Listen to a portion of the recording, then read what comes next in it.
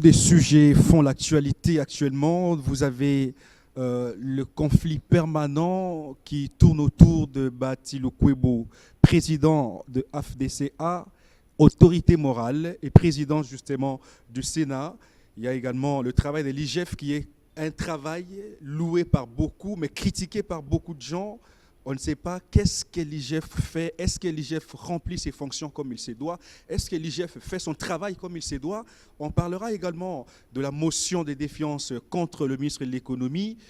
Est-ce qu'il est dans les viseurs, comme on le dit? Est-ce qu'il va s'en sortir? Et pour cela, nous recevons Bellarmin, qui est le coordonnateur de la communication de AFDCA, Bellarmin Biamungu, avec qui nous allons discuter autour de tous les sujets d'actualité.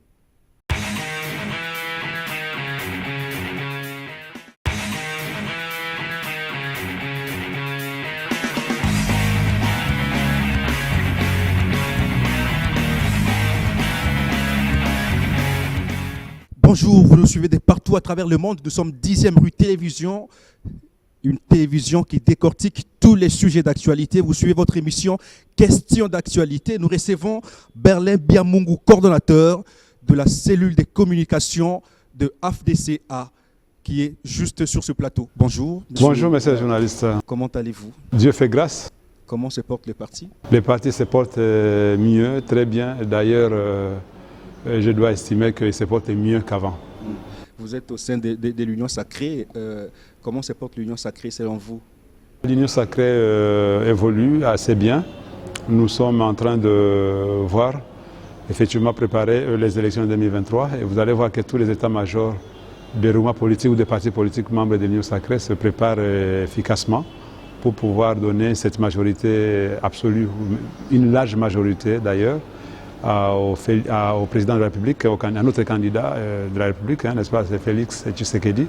Nous sommes en train de batailler, surtout au niveau de notre plateforme politique AFDCA et ses alliés. Nous sommes en train de voir dans quelle mesure on doit donner tout ce qu'il faut au président de la République, à notre candidat, pour qu'il puisse gagner les élections haut les mains. Mais vous n'êtes pas ordonné au sein de l'Union Sacrée. On a comme l'impression que l'Union Sacrée est désordonnée.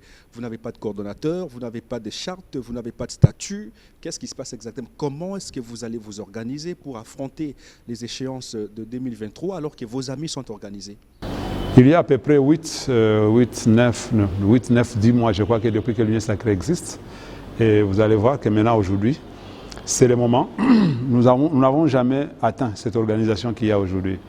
Depuis ces mois, effectivement, parce que depuis plus d'un mois maintenant, il y a beaucoup de réunions qui se sont organisées au niveau de l'Union Sacrée, ce qui n'existait pas avant. C'est vrai qu'il y avait tentative de réunions, mais il y avait des forces. Vous vous rappellerez que des 2-3 réunions qui ont été tenues à l'époque, l'UDPS n'y avait pas participé.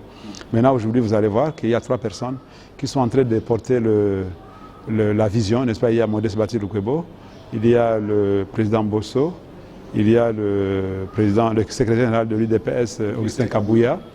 Du moins, ils sont en train de coordonner cette méga plateforme. On parle de Modeste Bati Lukwebo comme coordonnateur de l'Union Sacrée.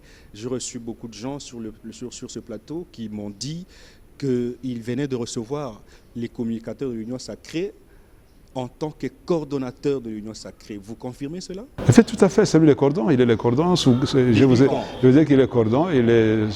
Depuis que vous l'avez su, depuis que vous avez su qu'il était cordon, et donc il est cordon, comme vous le voyez, c'est lui qui tient les réunions, c'est lui qui préside les réunions de l'Union Sacrée dans lesquelles on décide beaucoup d'histoires, notamment le premier dossier qui a été résolu aujourd'hui, c'est le dossier de candidature de candidat gouverneur, n'est-ce pas, gouverneur et vice-gouverneur dans les provinces à problème, n'est-ce pas? Et donc, je ne suis pas en train de voir ce qu'on veut parler en parlant de la coordination ou des cordons de cette méga plateforme, n'est-ce pas? Et lorsqu'on dit Modeste Bati Lukwebo, je pense que c'est une personne, c'est un acteur politique aguerri qui n'appelle même pas de contestation parce que au-delà de tout, vous allez tout dire que... Il n'appelle pas de contestation, mais il y en a qui les contestent. Il y en a qui pensent qu'il ne peut pas coordonner l'Union Sacrée parce qu'il a travaillé avec Joseph Kabila. C'est quelqu'un qui a... Même Félix a travaillé avec Joseph Kabila. Non, c'est un faux débat. Effectivement, c'est un faux débat. Il y a des taches d'huile sur sa chemise. Non, pas du tout. Si vous estimez que tout le monde qui a travaillé avec Kabila a des tâches d'huile, donc Félix aussi, en tant que notre président de la République, a des tâches d'huile parce qu'il travaille avec Kabila. Non, pas du tout. Tout le monde qui est là travaille avec Kabila. Kabila a eu des gens qui ont travaillé avec lui, mais qui n'ont pas forcément travaillé comme lui. N'est-ce pas? Et même Kabila, lui aussi, il a travaillé. Vous savez qu'il y a eu... Tout n'était pas aussi noir qu'on puisse le penser. Si tout était noir, je crois que le président Félix n'allait pas partir de là, parce qu'il est parti de là. Il n'est pas venu quand même détruire... Il n'est pas venu... Lorsque le président Félix est venu, il n'est pas venu détruire la Constitution. Abolir. Il n'est pas venu, par exemple, non, que détruisons l'immeuble intelligent parce que ça a été construit à l'époque de Kabila. Pas du tout. Nous devrions plutôt comprendre que nous devons évoluer. Là où l'autre s'est arrêté, nous continuons. C'est pourquoi on appelle que tout le monde qui va avoir le pouvoir, il puisse bien travailler pour que lorsque l'autre viendra, puisse continuer. D'ailleurs, vous savez que je suis en train de féliciter le président Félix. Si c'était un autre président extrémiste, il aurait déjà changé beaucoup d'histoire. Par exemple, là où on a enterré le fait président Mzee Laurent Kabila, je crois que mais c'est devant le bureau le palais le bureau du chef de l'État actuel, n'est-ce pas? Donc si c'était un extrémiste, non, enlevez-moi cette mausolée. Vous pensez qu'il y a quelqu'un qui pourra venir déterrer Nous avons vu, n'est-ce pas, lorsque les autres sont venus, on a vu déterrer les monuments de Joseph Désiré Mobutu, n'est-ce pas? Nous les avons vus, nous avons vu déterrer par exemple les monuments de Camagnola, qui a été déterré, qui a été saccagé. Nous avons eu beaucoup de monuments saccagés. Plutôt on peut dire non, ça relève de l'histoire, parce que les enfants, nos enfants, les arrière-enfants, devront bien se référer de ce qui s'est déjà fait à travers ce genre d'art. Si j'arrive à ce point en disant, Bati Lukwebo travaille avec Kabila, et vous connaissez que partout où il est passé, il a un bilan largement élogieux. Partout où il est passé. En commençant par les ministères. Je vous en passe si vous me permettez. Prenons par exemple le ministère du budget, de la fonction publique. Il est le seul, poser la question, qui a fait, depuis que le Congo est Congo, qui a fait le contrôle du paiement des militaires dans les casernes? Le seul. D'accord. Et pourtant, à l'époque de Mobutu, il y avait des généraux qui étaient tellement forts que lorsqu'il faut aller auditer leur façon de gérer les salaires ou la ratio de militaires, tu avais la mort. Il a connu des menaces et des menaces, mais il est le seul qui a osé, et il l'a fait. Je vais vous dire, par exemple, sautons un peu, allons au Sénat, plutôt à l'Assemblée, plutôt lorsqu'il passe DG de la SONAS. Vous savez que la MONUC à l'époque, la MONUSCO aujourd'hui, la MONUC à l'époque était en train de déclarer ou assurer leurs engins, les véhicules, les avions, les bateaux en Ouganda. À des millions de dollars, plus de 16 millions. Pourtant, ces enjeux-là détruisent nos routes, donc pas sur nos routes. Les avions survolent notre espace aérien, les bateaux dans nos eaux, n'est-ce pas, dans nos fleuves et lacs, n'est-ce pas? Mais c'est déclaré en Ouganda. Ce n'était pas normal, assuré en Ouganda. Mais il s'est battu avec la Moscou, avec M. William Swing à l'époque. Il y a eu un combat terrible acharné. Swing a refusé. Modeste Bati Lukwebo s'est levé, il est parti aux Nations Unies chez Ban Ki-moon. Et tout de suite, il a trouvé gain de cause. Et jusqu'à aujourd'hui. À l'époque, il fut encore DG de la société civile. Bien sûr, il était en société civile. Vous savez que c'est lui. S'il faut que nous puissions remonter un peu à l'époque de... Moi, je voudrais plutôt qu'on parle de chez Kabila. C'est là où j'arrive. De l'heure actuelle. Parce que là, il est président du Sénat. Alors, est-ce que vous pensez que Modeste Bati rend un travail positif au peuple congolais en gérant cet organe d'appui à la démocratie? Vous savez que le Sénat, c'est l'émanation des assemblées provinciales, n'est-ce pas? Donc les sénateurs sont élus par les députés provinciaux. Moi, vous savez que grâce à lui, il y a 7 axes, il a fait une réforme là la fois passée, une réforme axée sur 7 points, n'est-ce pas? Sur lesquels, et tous les points étaient en train de favoriser la gestion des assemblées et les gouvernements provinciaux, n'est-ce pas? Est-ce qu'il y a un changement? Est-ce qu'il y a un changement? Tout à fait. Parce que vous allez voir. À quel niveau? Parce que nous avons vu Tambwe Mwamba, avec qui ils ont fait remise et reprise. Nous avons vu Tambwe Mwamba travailler de la même façon que Modeste Bati aujourd'hui. Qu'est-ce qui peut différencier? Il y a une différence. Qu'est-ce qui peut différencier Modeste Bati et Tambwe Mwamba? Je vous différencie les deux. Tambwe Mwamba passait 2 ans, aucun voyage à l'étranger et aucun parlement. Parce qu'il était sous sanction. Tout à fait. aucun parlement étranger n'est venu. Mais pourtant, aujourd'hui, vous voyez les débats diplomatiques qui existent entre les assemblées ou les parlements, ou les sénats du monde entier. Qu'est-ce que ça apporte? Effectivement, ça apporte quelque chose de plus. Par exemple? Effectivement, lorsque les gens viennent ici, et aussitôt lorsqu'ils viennent, il y a aussi les investisseurs qui viennent derrière eux. Il y a cette façon de pouvoir voir que nous faisons de bonnes choses ici, et nous ouvrons les pays à l'extérieur. Et donc, ça facilite aussi les financements, ou bien ça facilite les chefs de l'État à pouvoir bien négocier lorsqu'il va dans les voyages de demander des investisseurs pour venir chez nous ici. Et lorsque nous avons un Parlement qui ne saura jamais garantir la sécurité, garantir les lois pour les investisseurs, ça pose problème. Et donc, les chefs d'État sont soutenus dans ce sens. En dehors de ça, est-ce qu'il y a une relation, est-ce qu'il y a une bonne relation entre le président du Sénat et les sénateurs? Tout à fait, tout à fait. Vous citez un cas qui a pas de... Oui, effectivement, vous allez citer les cas Matata. Vous en avez parlé dans votre introduction. Comment vous savez que Matata? Vous venez de le dire dans votre introduction, n'est-ce pas? C'est ça, effectivement. Nous avons 109 sénateurs. Il y en avait 108, plus Joseph Kabila, les sénateurs à vie, n'est-ce pas? Nous avons 109. Et sur les 109, s'il y a un ou deux ou trois, même 10, qui ne partagent pas l'avis d'un président, parce que le président, il faut qu'il soit aussi responsable de ce qu'il fait, de son action. Il ne faut pas qu'il puisse suivre les caprices de tout un chacun. N'est-ce pas? Vous posez la question, je vous réponds tout de suite sur les cas que vous voulez bien évoquer. Par exemple, parce que moi j'ai comme l'impression, enfin, nous recevons des gens qui nous disent qu'il n'y a pas une collaboration étroite entre le président du Sénat et les sénateurs. Je prends un exemple patent, c'est celui de Matata Ponyo, qui dénonce, qui a d'ailleurs écrit au procureur général de la République que Modeste Bati serait en train de bloquer ses immunités au niveau du Sénat, et Matata Ponyo, alors qu'il a été acquitté par la justice et la Cour constitutionnelle s'est déclarée incompétente. Au niveau de la zaïrinisation, jusqu'à aujourd'hui, Matata Ponyo ne recouvre pas ses immunités. Pourquoi est-ce que Modeste Bati bloque les immunités d'un sénateur et ancien Premier ministre comme Matata Ponyo? Merci, monsieur le journaliste. Je crois que je ne vais pas vous poser la question. Vous avez déjà vous-même, journaliste, vous n'aimez pas qu'on vous pose des questions. Mais tout de suite, lorsque vous déclarez ici haut et fort, urbi et orbi, que Matata Ponyo serait lavé par la justice. Vous avez une note? Une preuve? Oui, mais nous avons suivi quand même le procès du début à la fin. Moi, je parle plutôt de la zaïrianisation d'abord, parce qu'il a été interpellé pour la première fois sur le dossier zaïrianisation. Ensuite, il a été acquitté. Rien n'a été... Acquitté par qui? Par la justice. Tout à fait, dans ces dossiers-là. Vous savez qu'il y a des dossiers. Il y a des dossiers. Et les dossiers pour lesquels il a été soi-disant acquitté, c'est ce que vous dites, ces dossiers n'avaient jamais été objet de lever des immunités à l'Assemblée. C'est de ça justement qu'il a été levé les immunités. Lorsqu'on dit que quelqu'un est lavé par la justice, ça signifie que la justice lui a donné une note, une lettre. Soit il classe pas sans suite, soit il gagne le procès, soit des non-lieux, n'est-ce pas?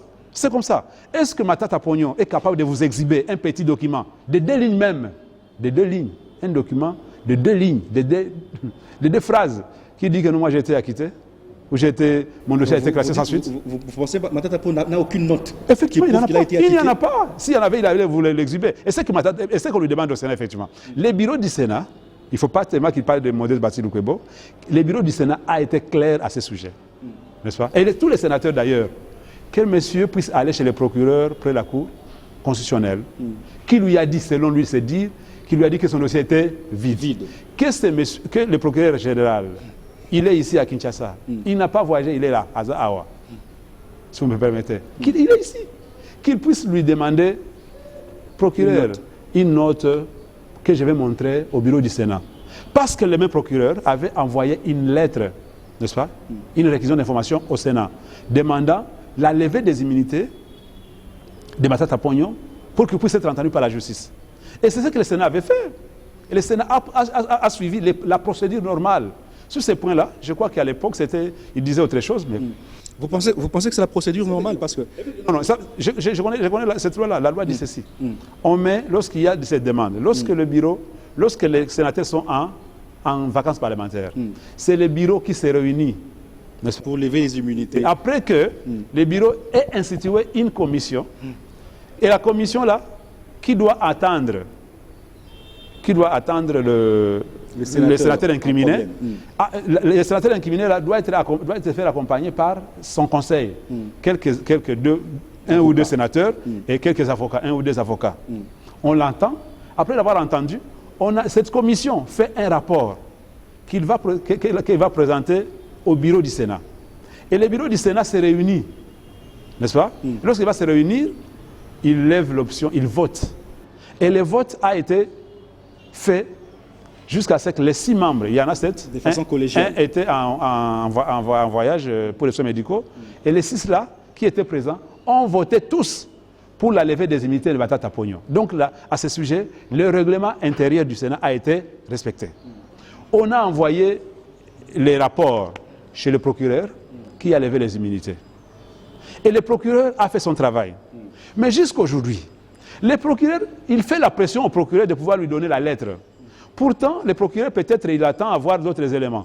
Mais qui a tort à ce sujet-là? Est-ce que Matata Ponyo a tort? Il a tort, effectivement. Mais pourquoi? Parce que quand même, la écoutez, justice qu'il avait connue. Vous voulez Matata Ponyo veut imposer sa vitesse ou son avis à la justice. Comment Pourtant, ça? la justice, écoutez, je prends par exemple votre exemple. Je vous donne un cas du procès Jean-Pierre Bemba à la CPI qui a fait plus de 10 ans. N'est-ce pas?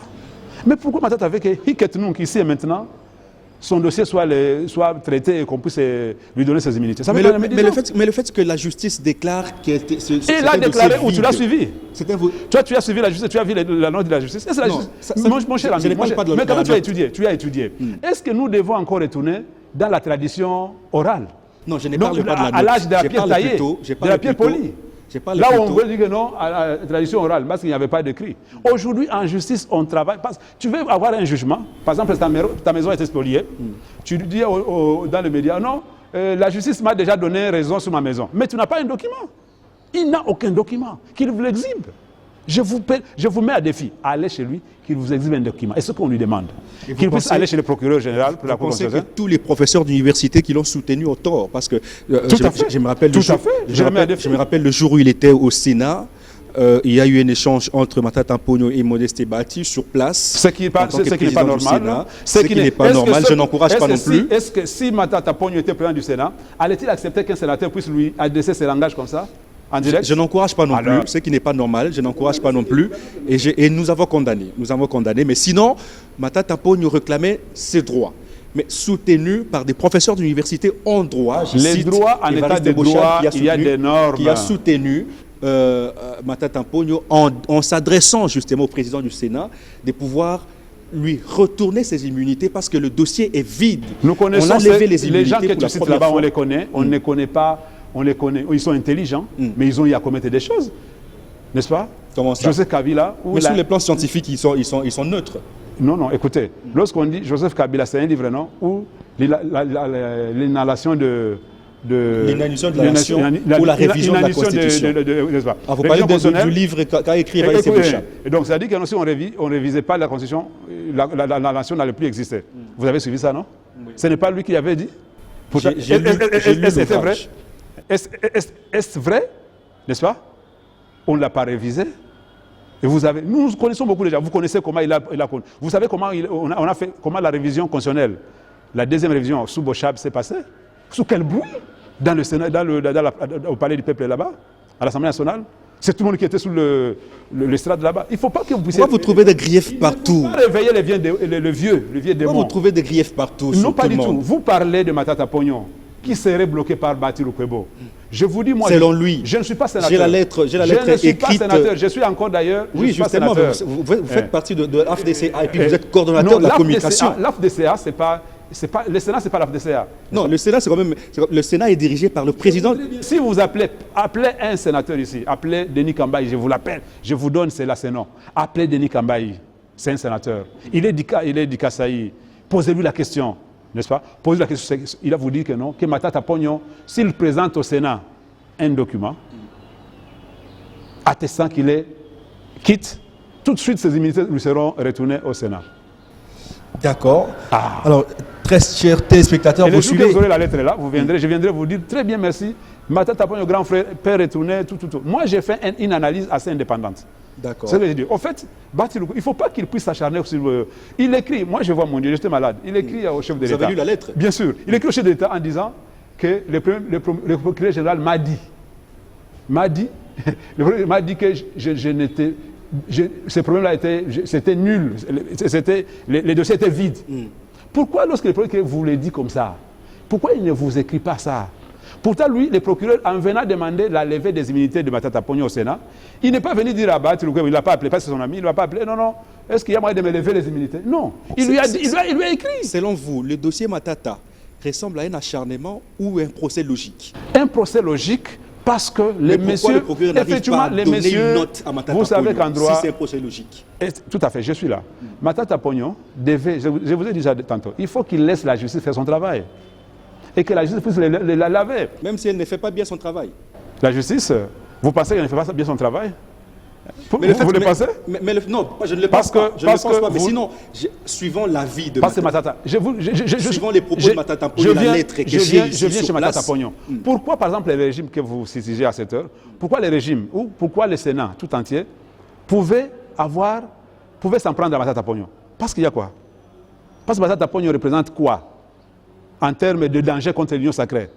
Ou en termes de danger contre le chef de l'État? Candidat potentiel. Il y en avait 30. En 2018, il y avait 30, mais c'est vrai ce qui est passé. Candidat potentiel à la effectivement, présidentielle de 2023. En 2023, il y en avait 30. En 2018, il y en avait 30. Mais c'est fait ce qui est passé.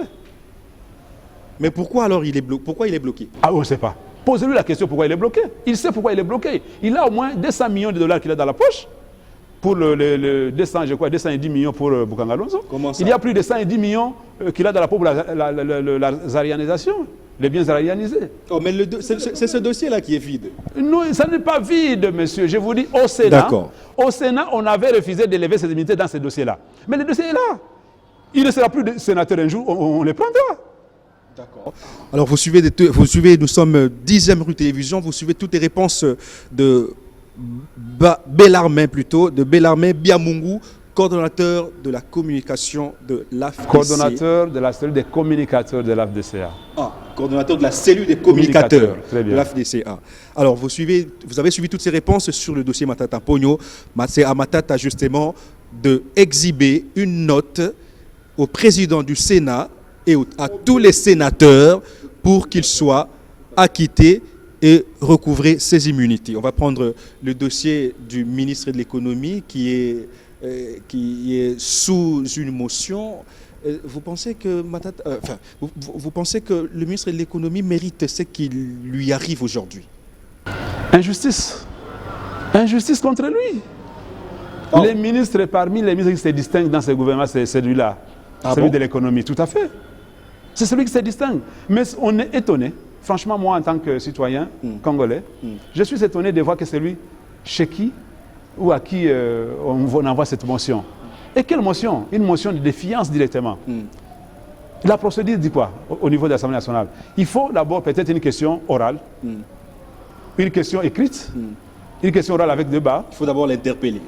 Ou bien une interpellation, n'est-ce pas? C'est comme ça que ça se passe, non? Et après, lorsque vous voyez que les explications qu'il a données ne reflétaient pas ce que la réalité, où le motionnaire n'est pas convaincu, il trouve qu'il n'a pas convaincu, il peut transformer sa motion écrite, orale, sa question orale, il peut la transformer en motion de défiance. Mais lui commence directement avec une motion de défiance. Vous voulez déchoir quelqu'un que vous n'avez pas encore entendu. Mais il a des griefs sérieux, peut-être. Lorsque vous parlez de griefs sérieux, vous parlez de quel grief? Parce que moi, j'ai lu la motion. Et parmi ces griefs-là, on parle du quota de pêche qui serait expiré. Pas du tout. La lettre existe.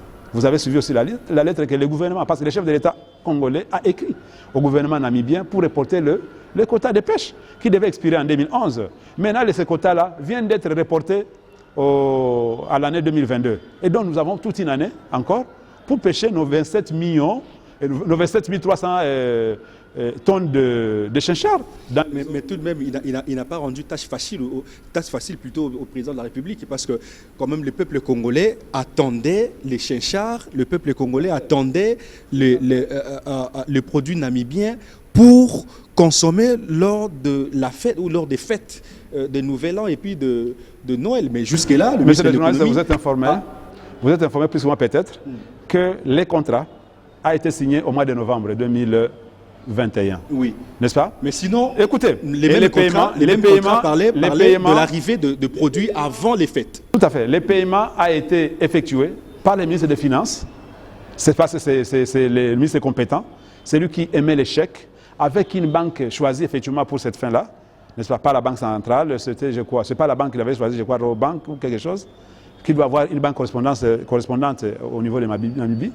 Et donc, d'abord, l'argent, les 6 millions, n'ont jamais transité par les mains du ministre, même pas les chèques. Est-ce que vous savez, c'est une opération qui a été faite par le gouvernement à travers le ministère des Finances. Je voudrais vous rappeler quelque chose. J'ai reçu quelqu'un en pleine émission. Vous ne voulez pas que je puisse continuer? Vous devriez bien garder la question, que je réponde à la première. Parce que vous avez lancé les deux questions, je suis plus évolué. Je disais que non, le paiement a été effectué entre le gouvernement congolais et le gouvernement namibien, à travers le ministère des Finances, n'est-ce pas? C'est le ministère des Finances qui a émis les chèques en envoyant là-bas. Ce n'est jamais passé par le ministère de l'économie.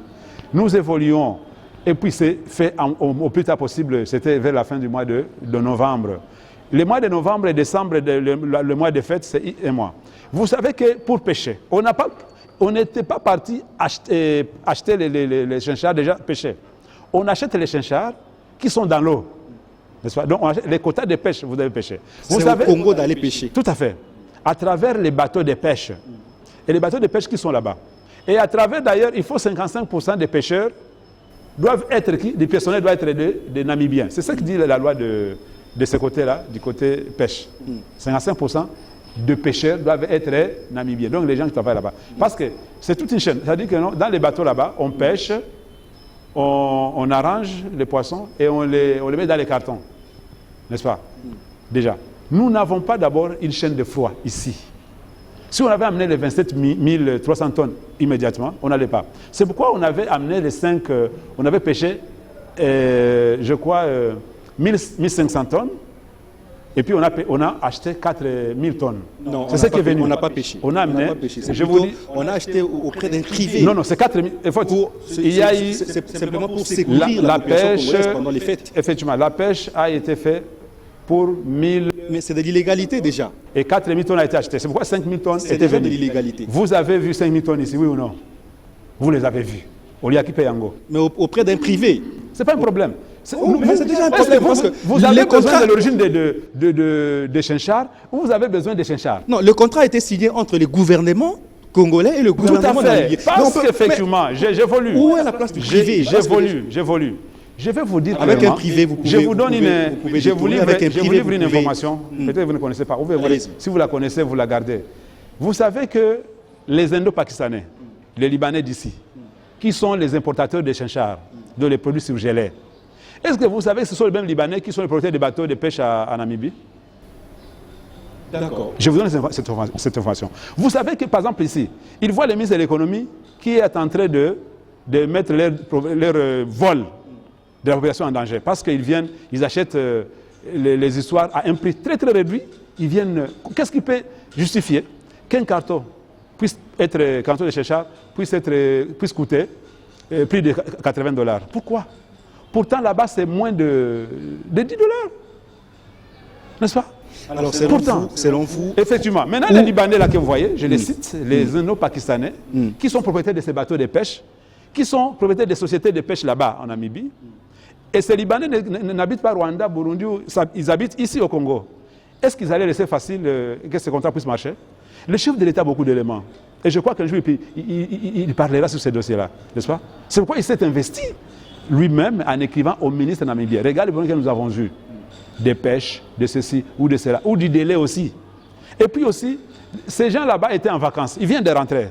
Pendant plus de 3 mois, ils n'ont pas travaillé. C'est comme ça qu'ils sont. Il y a beaucoup de raisons. Et bien, effectivement, vous ne connaissez pas ces raisons-là. Effectivement, je me dis, les ministres de l'économie, c'est celui qui ne parlait pas. Ils ne veulent pas parler. C'est un homme qui vient travailler. Non, mais il faut parler parce que là, il est englouti. Il ne doit pas beaucoup parler plus que le travail. Mais là, il est englouti. Il a beaucoup de problèmes devant lui. Il est reproché des détournements. Nous sommes allés vers lui. Nous sommes allés vers lui. Et lorsque nous avons eu toutes ces informations, c'est que je vous livre ici, j'ai vu des gens même en train de pleurer. Maya Miso, Bimina Wanamiso. Et Bimina Bango en pleine réunion. Parce qu'on ne peut pas comprendre que quelqu'un qui se bat comme ça et qui a fait autant. Vous savez, je reviens un peu. Laissons les chinchards, parce que c'est déjà reporté. Nous n'avons rien perdu, n'est-ce pas? Donc les 23 000. On n'a rien perdu. Rien perdu. Mais pourquoi il est interpellé? Écoutez, mais ça, je vous dis. Les 27 300 tonnes, n'est-ce pas, pour la RDC que nous avons acheté, nous allons les pêcher maintenant pendant On l'aura quand? Je ne sais pas. Maintenant, posez la question à ceux qui vont pêcher. n'est-ce pas? Oh là là. Effectivement, il ne faut pas qu'on puisse être un timing. C'est ça qu'on vous refuse, effectivement. Vous voulez que vous dites qu'il est interpellé justement, mais jusque-là, il n'y a aucune date. Quand la date c'est celle-ci, on vous a dit que les quotas est reporté en 2022. Nous ne sommes qu'au mois de mars, nous ne sommes pas encore au mois de juin ou juillet, donc ça sera péché. N'est-ce pas? Ça sera péché. Nous évoluons. Regarde ce ministre-là. C'est celui qui se bat encore une fois pour stabiliser le prix des carburants. N'est-ce pas? Vous savez que ni Tété Félix Tshisekedi dans ce régime ici. Vous touchez un point sensible. Effectivement. Vous savez que nous sommes. Vous pensez que le prix des carburants est stable? Effectivement, c'est moins d'$1 aujourd'hui. Va en Europe. En Italie, par exemple, c'est plus de $2 maintenant. En Italie. Ça bouge à tout moment. Chez nous. Ici en RDC. Je roule quand même carrosse, quand même. J'ai quand même un petit vélo dans lequel je mets le carburant, n'est-ce pas? Hein? Un vélo à quatre pneus. Les carburants, je l'achète depuis très longtemps, depuis plus de 6 mois, à 1000. Écoutez, il y a à 1950 francs. Moins d'$1. Oui ou non? Pourtant, ailleurs, dans d'autres pays, que vous allez penser être sérieux plus que nous. Là, on peut estimer que l'économie marche bien que nous. N'est-ce pas? Dans ces pays-là, ils sont déjà au-delà d'$1. Les autres même $2, n'est-ce pas? Et maintenant, nous là, on a. Vous savez que le gouvernement congolais, le gouvernement de Félix Tshisekedi, ce gouvernement ici est en train de subventionner les prix des carburants. Donc nous consommons les carburants, mais l'autre prix là, hein, n'est-ce pas? Il y a un manque à gagner des opérateurs économiques dans le secteur pétrolier. C'est le gouvernement qui supplie. N'est-ce pas? Est-ce que vous savez que les transports pouvaient déjà monter des prix et que l'État est en train de subventionner, est en train d'ajouter quelque chose? Mais on a encore l'impression que vous ne vivez pas à Kinshasa. Nous évoluons. J'ai l'impression que vous ne vivez pas à Kinshasa. Parce que quand vous parlez du prix des transports, ça c'est un problème sérieux. Il y en a qui quittent, le transport. Je prends l'exemple d'un trajet de l'UPN en ville et qui paye 2000 francs dans un bus, pour un bus. Pourtant, le gouvernement a stabilisé le prix à 750 francs. Mais aujourd'hui, c'est 2000 francs. Et vous pensez que c'est stable? Mon frère, je vais vous Cela dire, est dû à quoi? je vous dis clairement. C'est la hausse du prix des carburants. Dans votre chaîne de télévision, on vous a dit ici de faire une émission de 60 minutes, n'est-ce pas, par exemple? Mais vous évertuez à faire une émission de 40 minutes. On pose la question, vous dites non, c'est parce que l'invité n'avait plus d'éléments à dire. Pourtant, il avait des éléments. C'est vous qui avez décidé de voter unilatéralement. C'est pour ça qu'il y a... Le prix est fixé par l'État. Mais ça, c'est un manque de sérieux. Le prix est fixé par l'État. Mais l'État doit avoir des gens qui font le suivi. En connivence ou en relation avec les syndicats des chauffeurs. Sans suivi, sans quoi, vous fixez un prix. Il y a des suivis. Il fallait me laisser répondre quand même. Allez-y. Donc, vous n'avez pas ma place. Donc, vous comprenez que finalement, lorsqu'il y a quelques chauffeurs qui s'évertuent à faire des demi-terrains, il y a le même taux de vie envoie des inspecteurs sur le terrain. Et si l'inspecteur aussi se fait soudoyer par un chauffeur, ou il ne sait pas faire son travail, vous voulez qu'on fasse quoi? C'est aussi là. Nous devions nous-mêmes nous aussi aider notre gouvernement. Je suis dans le secteur, par exemple, de l'aviation. Vous savez que le billet a été rabattu. Le prix du billet a été rabattu à plus de 50%. Ça, je sais. N'est-ce pas?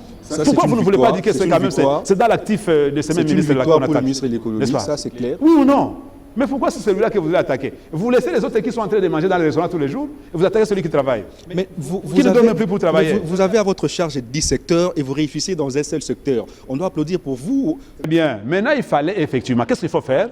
Il faut chercher les secteurs là où ça ne marchait pas. Pourquoi ils ont attaqué les ministres de l'économie? Mais par exemple, les chercheurs ne marchaient pas. Non, effectivement, ils ont fait une motion. Maintenant qu'il y a ces chinchards dont les quotas de pêche viennent d'être reportés. N'est-ce pas? Vous allez encore dire quoi? Je pense qu'il est de bon la loi que les pétitionnaires puissent aller. Je voudrais vous poser une question directe. Au niveau de l'importation de chinchards, le bilan de Félix Antoine Tshisekedi est-il positif face à ses promesses avant les fêtes ou négatif? Vous savez que lorsqu'on vous dit, si le président Félix avait promis des chinchards ici, il ne vous avait pas dit le timing. Mais c'est que avant les fêtes. Non, c'est le timing déjà. Non, il n'a pas dit avant les fêtes. Oh, justement. Effectivement, vous avez les aléas. Nous avons une émission avec vous. Moi, je suis sur l'IMETE. Je vous dis que j'arrive chez vous à 10h juste. J'écris chez moi à 9h. Je pense que dans les 1 heure, je peux arriver ici sans problème. Mais il se peut que je rencontre un embouteillage, un bouchon terrible sur la route là-bas. Est-ce que moi j'avais promis qu'il y aura un embouteillage et que je viendrai en retard dans ton émission? Non, pas du tout. Il y a ce qu'on appelle aléa. Mais vous devez quitter tôt pour arriver à temps. Très bien, même si on quittait à 4 heures, je peux vous dire qu'on peut même quitter à 4 heures et qu'on fasse un retard par rapport à un embouteillage, un bouchon. On ne va pas quand même enlever, on ne va pas quitter dans la voiture et l'amener sous la tête, n'est-ce pas? La politique, c'est comme la gestion de la cité on et la gère, planification. parce qu'effectivement, vous ne pouvez pas pousser des raisons. Écoutez, vous ne pouvez pas pousser des raisons, vous, en tant que ministre, qui est président de la République, de laisser tout faire, tous les autres secteurs, il les laisse, qui puissent se focaliser sur les chéchards. Parce qu'au-delà des chéchards, il y aura le farine de maïs. Mais ça fait partie du social. Non, pas du tout, il n'y a pas que ça. Il y a les transports. Ça fait partie du social. Il y a les transports aussi. Il n'y a pas que ça, il y a le transport aussi. J'ai bien dit ça fait partie du social. Effectivement. Parce que si dans le social, il y a 100 rubriques, on ne peut pas alors laisser les 99 rubriques pour s'atteler sur une seule rubrique. Parce qu'on ne va pas seulement manger les chinchards, on va manger aussi les poulets. On ne va pas seulement manger les poulets, on va manger le bœuf, les viandes de bœuf. N'est-ce pas? Pour dire ceci. Pourquoi le ministre de l'économie a résolu d'acheter les chinchards avant les fêtes auprès des privés et laisser l'accord qui a été signé entre les deux gouvernements? C'est une résolution, si vous ne le savez pas, c'est une résolution du Conseil des ministres, dans lequel Conseil... ça a été débattu au Conseil des ministres. Tout à fait. Comme nous avons connu un retard, comme je vous dis, comme nous avons connu par exemple l'embouteillage délimité à ici, à Willy, là on fait l'émission, n'est-ce pas? Qu'est-ce qu'on fait? Ok, prenons les vélos. Si vous voyez seulement quelqu'un venir, en train de transpirer, vous ne savez pas dans quelles conditions il est venu. Mais il a laissé quand même la voiture. Ce n'est pas pour dire que non, il est venu sur le vélo, mais qu'il n'a pas de véhicule. C'est comme ça. Donc selon vous, c'était une solution palliative. On ne peut rien reprocher. On ne peut rien reprocher au ministre de l'économie. Cette motion est alimentaire. Pour dire quoi? Vous savez que les Libanais qui ont attaqué, qui ont donné de l'argent au ministre, le ministre a dit pas question, je ne touche pas votre argent. Les mêmes Libanais et nos Pakistanais qui œuvrent dans les secteurs, ils disent cet argent on donne maintenant à des députés pour aller attaquer les ministres. Si le ministre tombe, on va mettre un autre ministre, n'est-ce pas, qui va accepter notre argent, notre corruption. Et c'est comme ça. Et donc, s'il y a un ministre à protéger aujourd'hui, c'est celui-là de l'économie. Je suis même malade en les voyant marcher sans soda. Je crois que on devait lui donner des mouras. Je demande clairement devant la télévision ici au chef de l'État de sécuriser ces ministres sous menace de mort. Pourquoi? Qui le menace? C'est nos Pakistanais. Vous savez, je vous donne un exemple. Pas même un exemple, une révélation. Vous savez que les Indo-Pakistanais, les Libanais là, après les contrôles économiques de 2021, ils doivent à la République, au Trésor public, 139 millions de dollars. Et ces contrôles économiques sont faits par les sociétés du ministère de l'économie. Le ministre de l'économie lui-même a été inspecteur d'économie, au ministère de l'économie, il connaît assez bien cela. Et donc, parmi ces histoires-là, parmi cet argent, il y a l'un d'eux, leur chef, qui est en train de soudoyer les députés. Il a lui-même 83 millions de dollars dans cet argent. Et donc, ils doivent 139 millions de dollars. On leur a donné depuis janvier, depuis décembre, depuis décembre jusqu'à aujourd'hui, 4 mois déjà, ils ne sont pas en train de payer. Ils sont venus en disant non, est-ce qu'on peut négocier? Qu'on négocie comment? Payer d'abord les 139 millions. Il a dit, payez dans la caisse publique. Je n'ai pas besoin de cet argent. Payez dans la caisse du trésor public et nous allons parler. D'accord. Ça existe, et les documents existent, et même les faits sont là, je vous les révèle. D'accord. Vous voyez que celui-là qui a 139 millions va laisser dormir les ministres? Très bien, on va prendre l'autre thématique, justement, c'est la motion, dans le cadre de la production. Il est soutenu, ces messieurs sont soutenus par certains membres de l'Union sacrée. Quelle traîtrise! Tu peux t'imaginer? Vous voulez dire quoi? Effectivement, ceux qui combattent il y en a qui sont dans l'Union sacrée, mais qui combattent les bilans du chef de l'État. Il fallait maintenant, pour combattre le chef de l'État, pour le combattre, vous allez le citer, vous le connaissez bien, pour combattre le chef de l'État, il fallait passer par son premier fils aîné, celui qui fait très bien, celui qui suit normalement son travail. On sait que les sociales passent par le ministère de l'économie. Il faut couper celui-là. Si on le coupe, on aura coupé le chef de l'État. Mais on le sait assez bien. C'est connu. Et vous devez dénoncer en tant que journaliste, en tant que patriote. Vous devez dénoncer. Mais que faire? Mais nous n'allons pas nous taire. Si après cette émission, ces Libanais viendront nous tuer et qu'ils nous tuent, mais notre sang va toujours parler. Va crier. Très bien, on va prendre l'autre thématique, justement. On ne vous tuera pas. Restez là, on ne vous tuera pas, puis vous allez vivre. Alors, dans le cadre de la production parlementaire, Steve Mbika a déposé une proposition de loi parlant du changement de la Constitution et du changement du régime. Mbika pense que le régime semi-présidentiel ne facilite pas la RDC à se développer.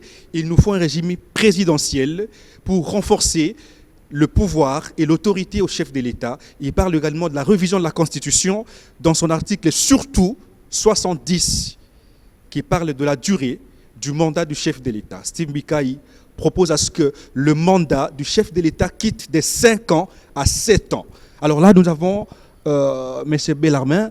Est-ce que vous pensez que Mbikai a raison de penser que nous devons quitter le régime semi-présidentiel au régime présidentiel pour renforcer l'autorité au chef de l'État? Parce qu'il pense que le Parlement a beaucoup d'autorité, plus que même le chef de l'État.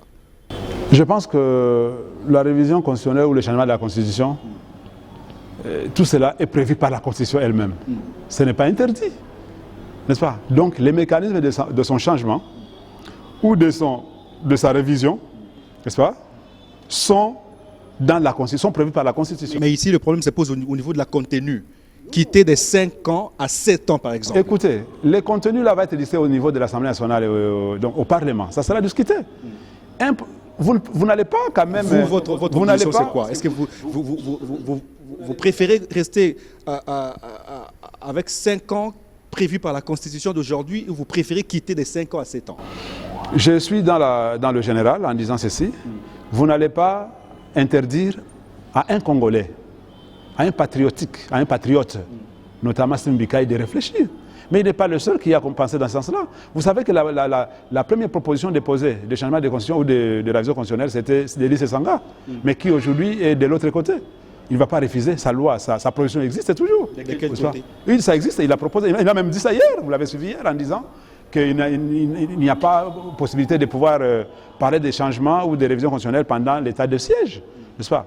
Mais donc il comprend, il accepte qu'il avait déposé cette loi à l'époque. Et donc, il faut qu'on puisse changer la Constitution, vous n'allez pas attaquer Steve Mbikai qui a réfléchi en tant que Congolais. Non, on ne l'attaque pas, mais on réfléchit. On réfléchit. Je ne suis pas député national. Est-ce que c'est opportun? Je suis un leader d'opinion, c'est vrai. Est-ce que c'est opportun maintenant? Effectivement, il y a des choses qui fâchent dans la Constitution. Il y a beaucoup d'histoires qui fâchent dans la Constitution. Il y a beaucoup d'articles. Il y a même un article dont j'ai horreur de citer ici, parce que cet article, effectivement, vend le pays. Mais il y en a qui évoquent l'opportunité, justement. Effectivement. Vous savez que, parlons par exemple de 5 ans. 5 ans, c'est tellement petit dans les pays comme les nôtres. Nous ne sommes pas au Rwanda. Même au Rwanda, on n'est pas à 5 ans, on est au-delà de 5 ans, n'est-ce pas? Parce que le président Kagame a plus de 27 ans maintenant aujourd'hui, n'est-ce pas? Vous savez que non, en 5 ans, c'est le début d'un projet à long terme, n'est-ce pas? Il fallait qu'on puisse donner quand même du temps. Si on donne 7 ans par exemple, et parce que vous avez suivi aussi les reportages d'Alain Foka, de la RFI, n'est-ce pas? Qui disait effectivement que nous sommes en train d'engloutir. On engloutit chaque 5 ans beaucoup de millions, alors des millions colossaux, n'est-ce pas? Dans les élections. Pourtant, ces millions pouvaient construire des écoles. Il a fait même un calcul simple, les statistiques, que l'argent qui a servi pour l'organisation des élections de la fois passée, les élections d'ailleurs contestées, toutes les élections contestées depuis 2006 jusqu'en 2018, n'est-ce pas, pouvaient construire beaucoup d'écoles. Il a donné même les nombres. Beaucoup d'hôpitaux. Rester dans la dictature? Non, pas la dictature. Maintenant, je vous dis, la dictature, c'est sens de la dictature. Vous pensez que changer un président... Parce qu'il dit qu'on perd de l'argent inutilement pour organiser des élections. Ça veut dire qu'il préfère supprimer catégoriquement l'organisation des élections. Ça veut dire qu'on va rester dans la dictature. Un président qui vient, c'est lui, il va mourir au pouvoir et puis nous on reste... Par exemple, je crois que si on ramène à 7 ans les mandats, au lieu d'organiser après 5 ans, il y a quand même 7 ans. 7 ans, on aura déjà beaucoup fait. On n'aura pas chaque 5 ans, maintenant chaque 7 ans. Donc, mais est-ce qu'il se pose un problème du temps ou un problème d'action posée? Il ne faut pas qu'on puisse se focaliser sur c'est l'élément de la... Je vous rafraîchis la mémoire justement, parce que vous savez que Joseph Mobutu a fait 32 ans au pouvoir. Vous savez dans quel état il a laissé le pays?